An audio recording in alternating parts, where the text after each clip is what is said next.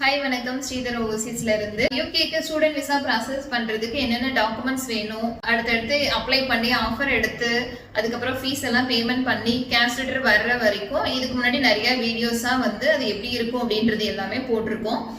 அடுத்தது cash letter வந்ததுக்கு அப்புறம் விசா ஃபைல் பண்ணணும். விசா ஃபைல் பண்றதுன்னா என்னன்னு பாத்தீங்கன்னா ஒரு அப்ளிகேஷன் இருக்கு.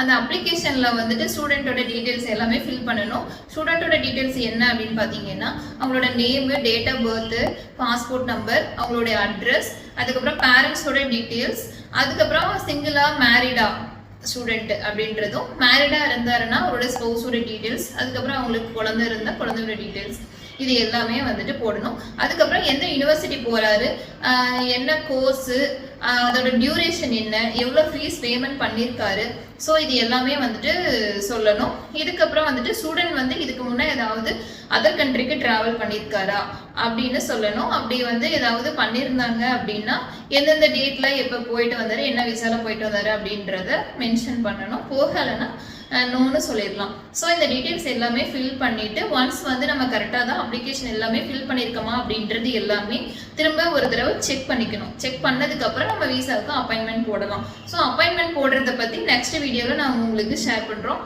தொடர்ந்து ஸ்ரீதர் ஓவர்சீஸை ஃபாலோ பண்ணுங்க. தேங்க்யூ.